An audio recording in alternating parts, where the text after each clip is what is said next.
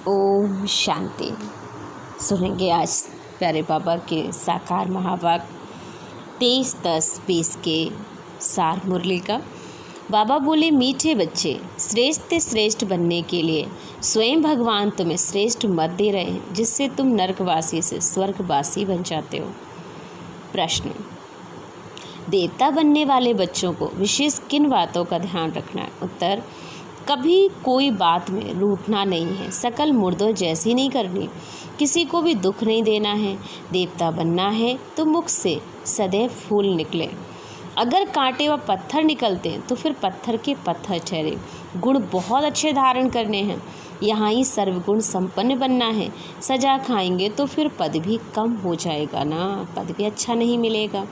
ओम शांति। अब सुनेंगे मुरली का सार रूप में। बाबा कहते हैं कि नए विश्व के, नई दुनिया के मालिक बनने वाले रूहानी बच्चों प्रति रूहानी बाबा बैठकर समझा रहा है कि बाबा आए ही है बेहद का वर्षा देने, तुम्हें लायक बनाने के लिए। बाबा बैठ तुम्हें समझाते हैं, कर्म तो देवताएं भी करते हैं सतयुग में, परंतु पतित कर्म नहीं करते, उनमें देवी गुण है ना। इस समय हर एक मनुष्य मात्र कहीं ना कहीं विकर्म कर रहा है। स्वर्गवास में तो कहीं पर भी विकर्म का नाम नहीं होता। बाबा बैठकर स्वर्ग का रचेता, ऐसे स्वर्ग का मालिक बनने के तुम्हें लायक बना रहा है, सर्वगुण संपन्न बना रहा है। तो ये लक्ष्मी नारायण सर्वगुण संपन्न थे, इन्हों की लायकी महिमा की ही जाती है ना। फिर 84 जन्मों के बाद ये नालायक बन जाते हैं। अब बाबा कहते हैं, याद से ही ग्रहण उतर सकता है और कोई तरीका नहीं है। कोई भी पाप कर्म नहीं करो। पहला नंबर पाप है देह अभिमान में आना। बच्चों को शिक्षा इस एक जन्म के लिए ही दिया जाती है। अभी दुनिया को चेंज होना है, इन लक्ष्मी नारायण को भी तो शिव है ना। कहते हैं अब कृष्ण बनाने वाला कैसे होगा, यह तो हो ही नहीं सकता है। अब कृष्ण कैसे हमें देव लक्ष्मी नारायण बना सकते हैं? लक्ष्मी नारायण तो हमें शिव बाबा ही बनाता है। अब बाबा कहते हैं, बच्चे मुझे याद करो और दैवी गुण धारण करो। बाबा समझाते, याद करते हो ये तो ठीक है, परंतु मम्मा के नाम रूप को तो याद नहीं करना है। याद तो हमें शिव बाबा को ही करना है, उनको ही, उन जैसी धारणा भी हमें करनी होगी। हम भी मम्मा जैसे अच्छा बनकर गद्दी लायक तो बने। सिर्फ मम्मा की महिमा करने से थोड़ी ही हो जाएगा ये। बाबा तो कहेंगे ना, बच्चे मामेकम याद करो, याद की यात्रा में ही रहना है, मम्मा जैसा ज्ञान सुनाना। अब युक्ति रचनी चाहिए सर्विस की, सदैव मुख से ही फूल निकले। अगर कांटे पत्थर निकलते तो पत्थर के पत्थर ही ठहरे ना।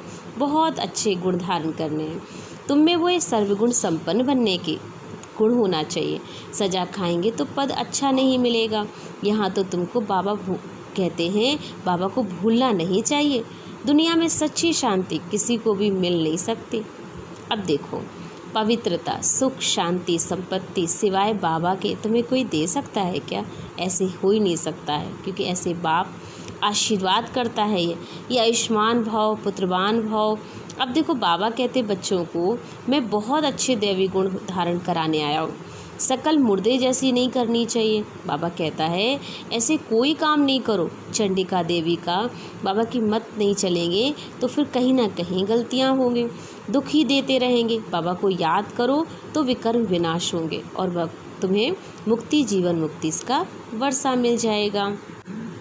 फिर अच्छा, बाबा ने याद प्यार दी। मीठे मीठे बच्चों, सिखी लदे बच्चों प्रति माता पिता बाप दादा का याद प्यार और गुड मॉर्निंग। रूहानी बाबा की रूहानी बच्चों को नमस्ते। हम रूहानी बच्चों के रूहानी बाप दादा को याद प्यार, गुड मॉर्निंग, नमस्ते, शुक्रिया बाबा, शुक्रिया।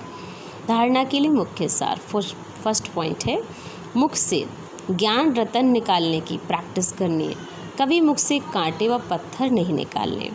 अपना और घर का कल्याण करने के लिए घर में चित्र सजा देने हैं, उस पर विचार सागर मंथन कर दूसरों को समझाना है और बिजी भी रहना है। सेकंड पॉइंट, बाबा से आशीर्वाद मांगने की बजाय उनकी श्रेष्ठ मत पर चलना है। बलिहारी शिव बाबा की, इसलिए उन्हें ही याद करना है। यह बीमार ना आ जाए कि हमने बाबा को इतना दिया। बाबा कहते हैं ये अच्छी बात थोड़ी है, वरदान है।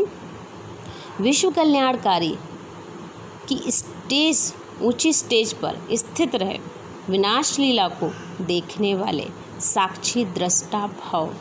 स्पष्टीकरण। अंतिम विनाश लीला को देखने के लिए विश्व कल्याणकारी की ऊंची स्टेज चाहिए।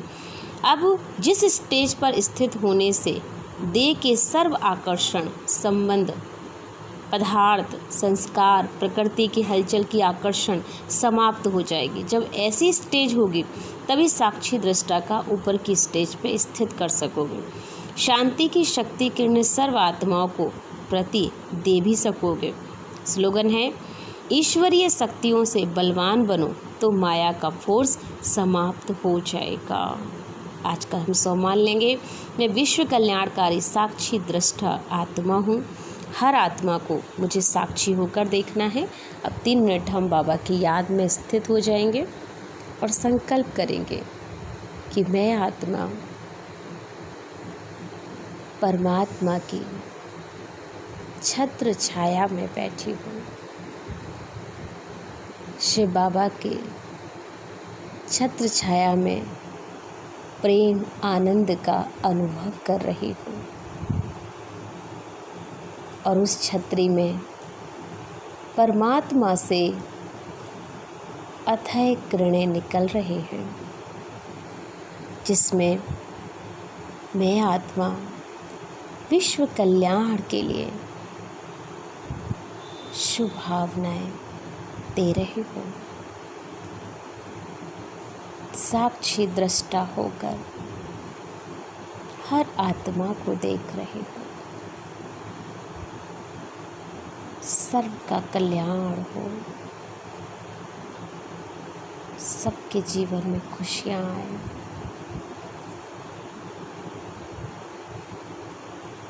मैं विश्व कल्याणकारी आत्मा विश्व के उद्धार के लिए ही अवतरित हुई हूँ। सभी आकर्षणों से मुक्त होकर विश्व की आत्माओं को परमात्मा से दी हुई शक्तियाँ बांट रही हूँ। मैं साक्षी दृष्टा हो गई हूँ, एकदम न्यारी प्यारी। ओम शांति, ओम शांति।